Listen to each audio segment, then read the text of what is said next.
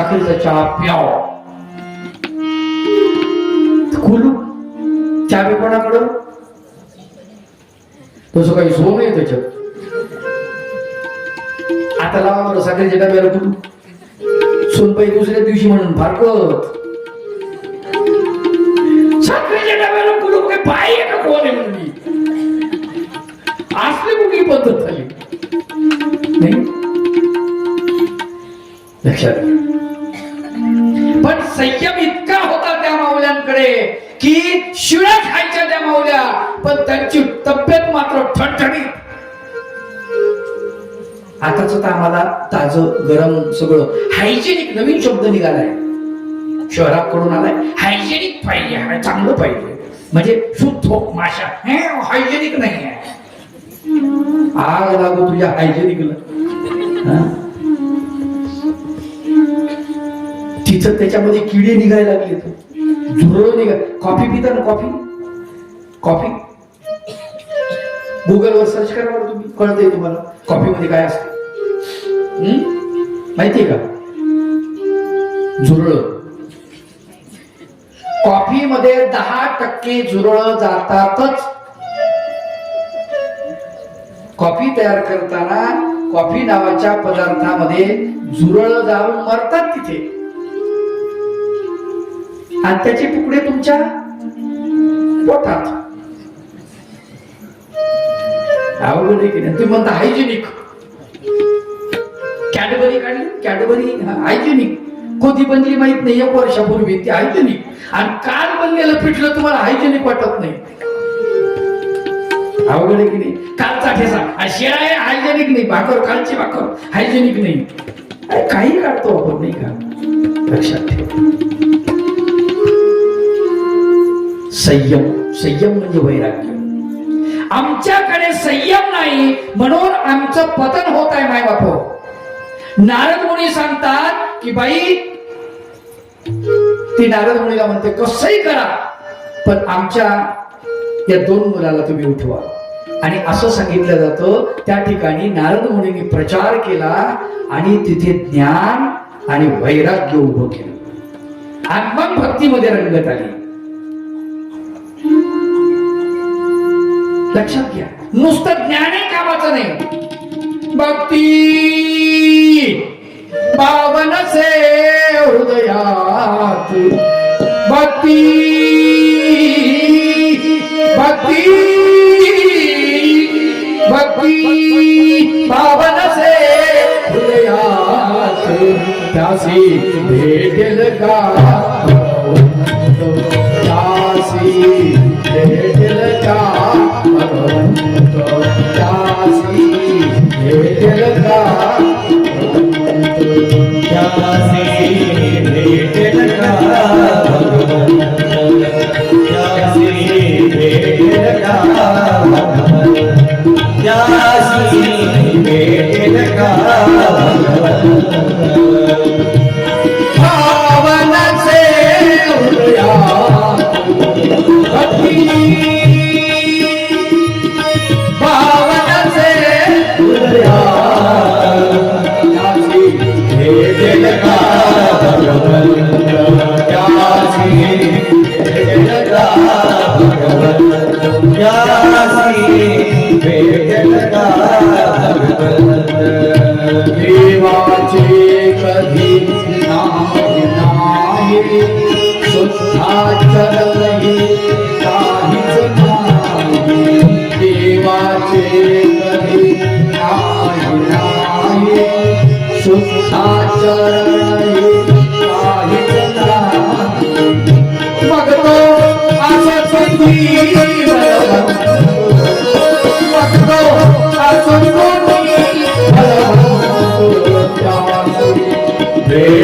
का, त्यासी भेटेल का, त्यासी भेटेल का.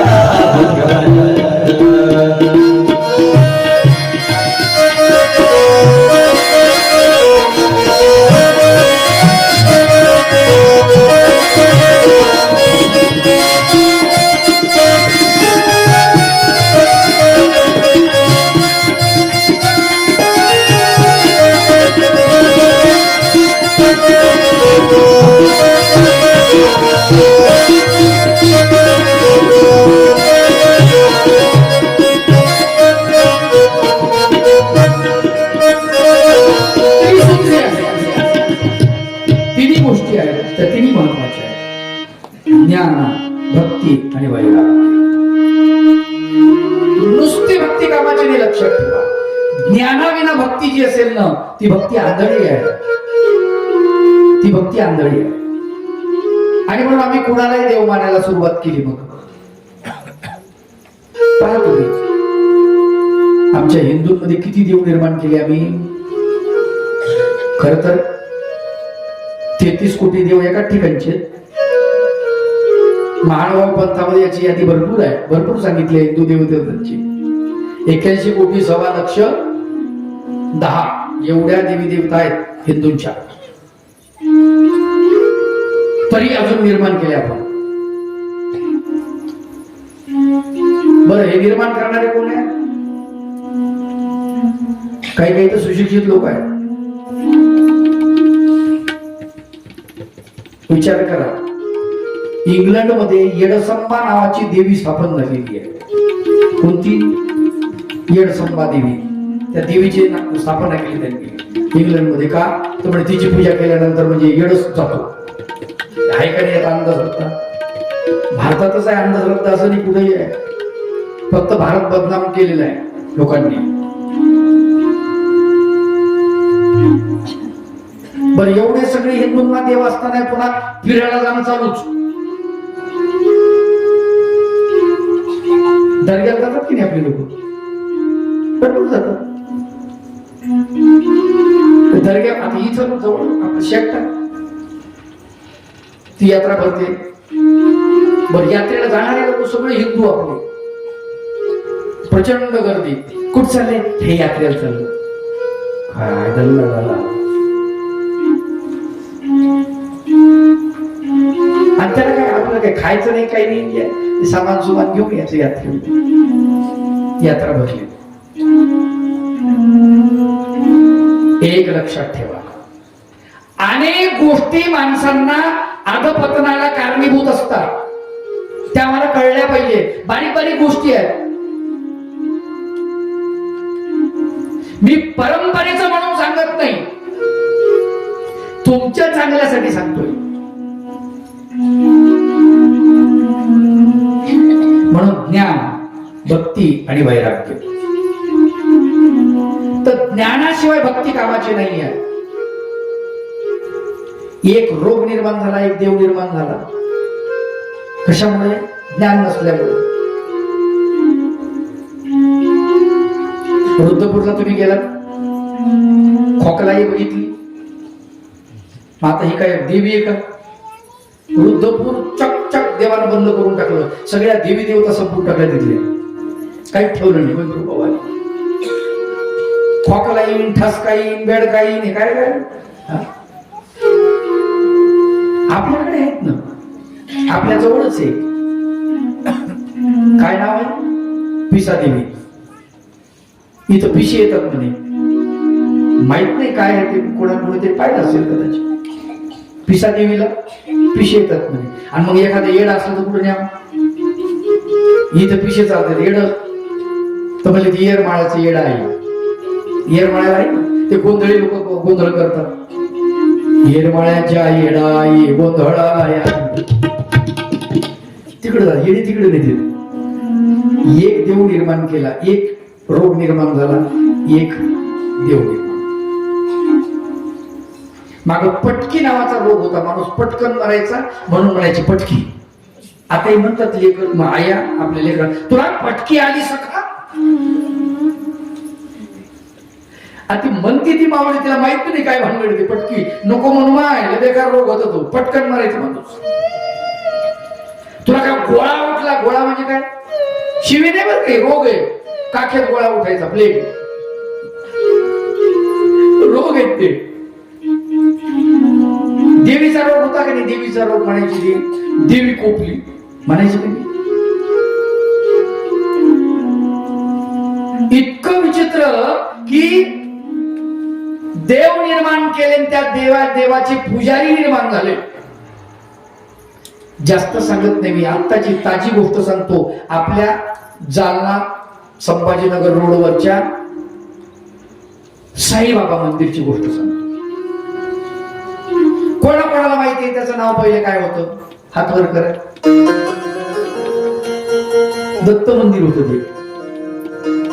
मी पाहिलं तिथं बोर्ड दत्त मंदिर म्हणून.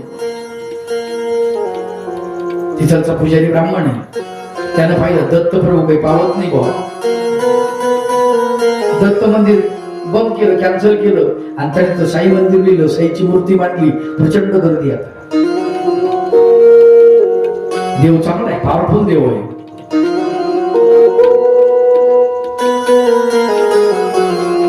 आपण बदलून जातो, कधी इकडं कधी तिकडं, कधी तिकडं कधी तिकडं. त्याच्याने देव पावत नाही, लक्षात ठेवा. कितीतरी देव निर्माण केले.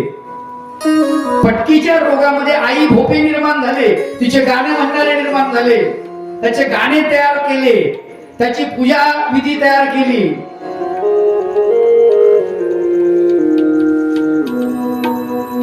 आणि ते लोक सामूहिकरित्या म्हणायला लागले. बाबा फार सुंदर म्हणतात, गुरुवारी बाबा, आई माझे माई तुझ रान कोकणात, अन रान कोकणात गाडा चाले रिंगणात ग हे मरे माय.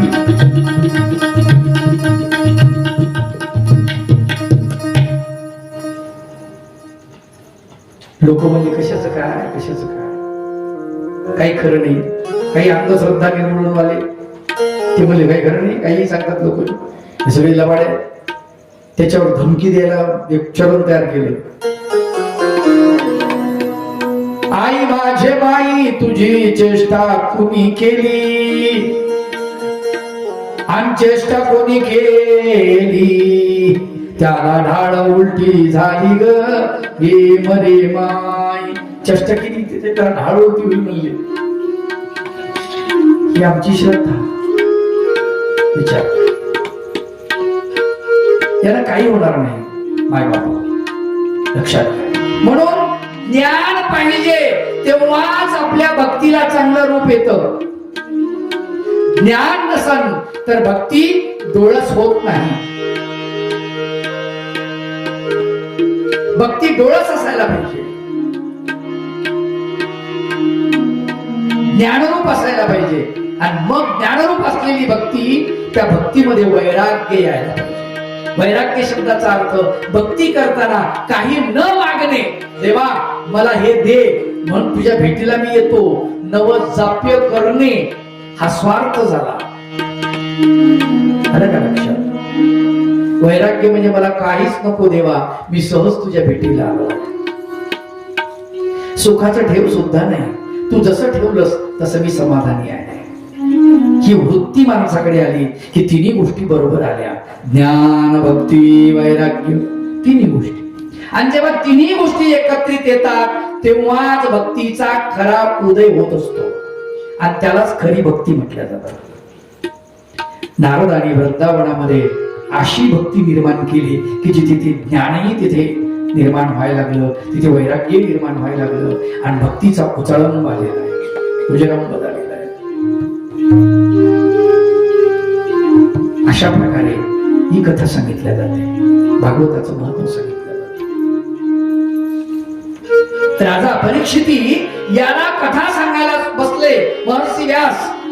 आणि कथा सांगत असताना श्रीमद भागवतामध्ये अनेक कथा आलेल्या आहेत. पण महानुभाव पंथ कृष्णाच्या पूर्व कथेपासूनच सुरुवात करतात. आणि कृष्ण भगवंताने देह ठेवला इथपर्यंत कथा संपवली. भगवान गोपाळ कृष्णाच्या पूर्व जन्मामध्ये, म्हणजे त्यांचे जे आई वडील आहेत, माता देवकी माता, वसुदेव पिता, यशोदा माता, नंद बाबा पिता, हे कुठे होते, त्या ठिकाणी काय होतं, कसलं अरण्य होतं, अशा प्रकारची ती कथा तिथून सुरुवात होते. त्यांनी केलेलं महत् पुण्य, कुठ्या कोटी पुण्य केलं त्यांनी, आणि म्हणून त्यांच्या पोटी भगवंत जन्माला. परमेश्वर आपल्या पोटी जन्माला यावा असं जर वाटत असेल तर आपल्याला तशा प्रकारची तयारी करावी लागेल, तपश्चर्या करावी लागेल. सोपं नाही या मायबापाला. सत्पुरुष जन्माला घालायचं असेल तर आपल्याला प्रचंड त्याग करावा लागतो. वीर पुरुष जन्माला घालायचा असेल तरीही आपल्याला प्रचंड त्यागाची तयारी ठेवावी लागते. सज्जनाला जन्म द्यायचा असेल तरीही आपल्याला अनेक अडचणींना तोंड द्यावं लागतो. तर तेव्हा प्रत्यक्षात भगवंताला आपण जन्म द्यायचा आहे ही जर आपली तयारी करायची असेल तर आपल्याला कशा प्रकारचा आचार करावा लागेल, कशा प्रकारचा विचार करावा लागेल, काय खानपान करावं लागेल, निद्रा किती घ्यावी लागेल, कुठल्या प्रकारची आपली आचारसंहिता आपल्याला पाळावा लागेल, तेव्हा भगवंत आपल्या पोटी जन्माला येतील, नाही का? अशा प्रकारची ती कथा भगवंताच्या अवताराच्या पूर्वीची आपण ती उद्या बघूया. परब्रह्म परमेश्वराला विनंती करून आपण देवाला शरण जाण्याचं जे आहे ते महत्वाचं काम आपल्याला करायचं आहे. भगवंताला शरण गेलं पाहिजे, सगळ्यात महत्वाची गोष्ट. परीक्षित राजा भगवंताला शरण जातो आणि तो या कथेच्या माध्यमातून जातो. त्या ठिकाणी महर्षी व्यासाचे जे पुत्र आहेत सुखदेव ते सिंहासनावर बसलेले असतात, कथा वाचायला सुरुवात करतात. 7 दिवस ती कथा चालते. इथून कथेची सुरुवात होते आणि 7व्या दिवशी मग पुढे काय होतं ते आपण शेवटच्या दिवशी बघूया. भगवंताला शरण गेले परीक्षित राजा, म्हणून भगवंतानं मरण भीतीपासून, मरणाच्या भयापासून त्यांचं रक्षण केलेलं आहे. मरणाची त्यांना भीती वाटत नाही म्हणून देवाला शरण गेलं. शरण मी आलो तुझला परेशा माधव कुंज शरण मी आलो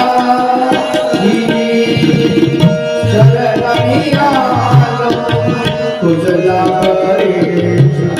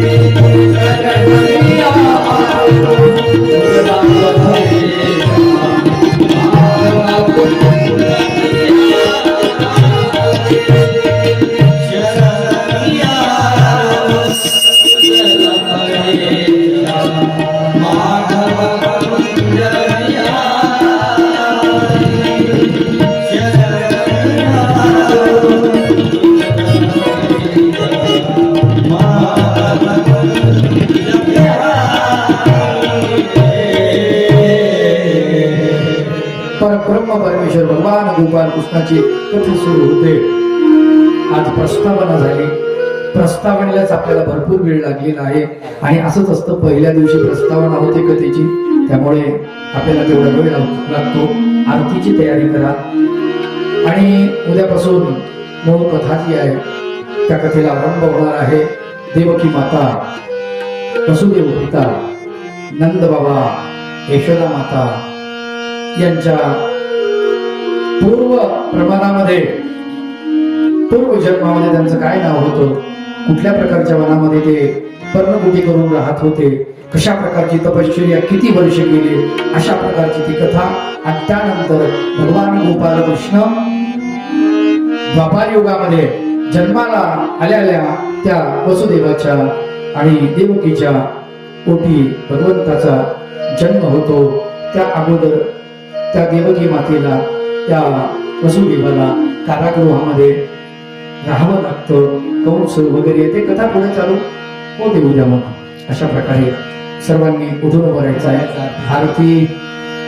आरती घेऊया. कृष्ण महाराज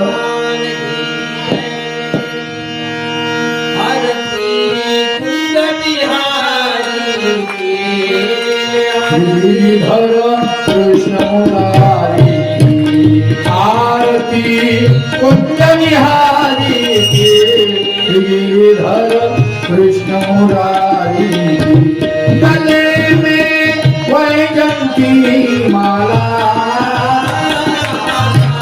बजावे मधुर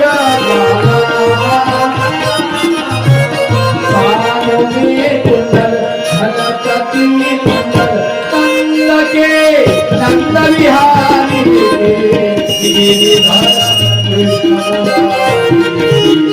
आरती कुंज विहारी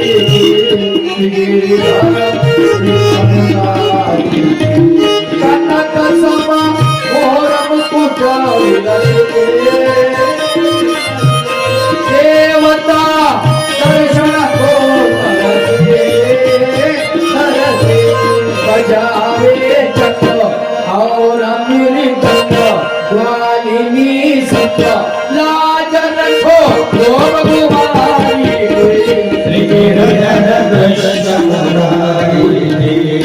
आरती कुंज बिहारी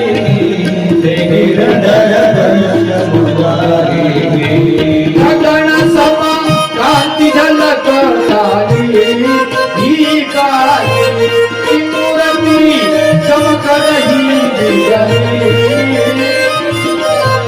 हवन समतल कस्तूरी तिलक छबिल की ओवनवारी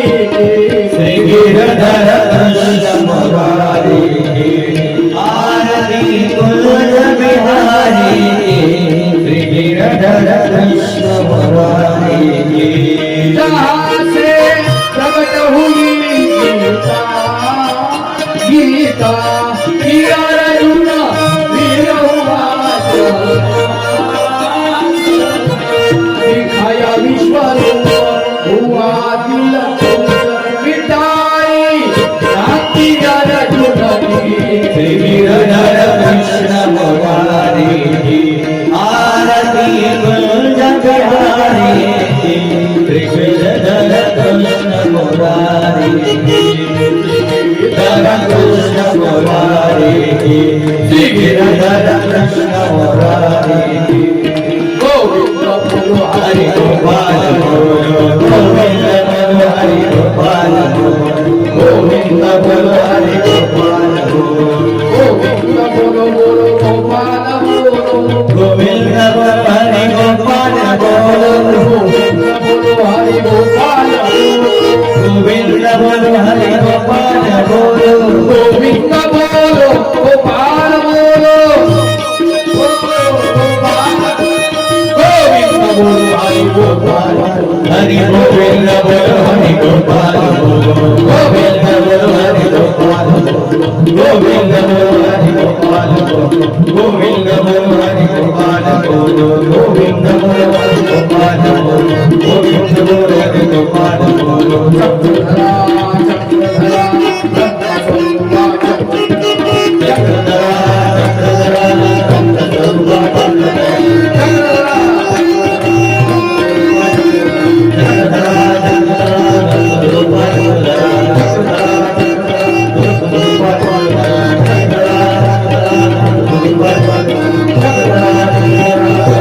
भगवान कृष्ण भगवान की जय, दत्तात्रेय भगवान की जय।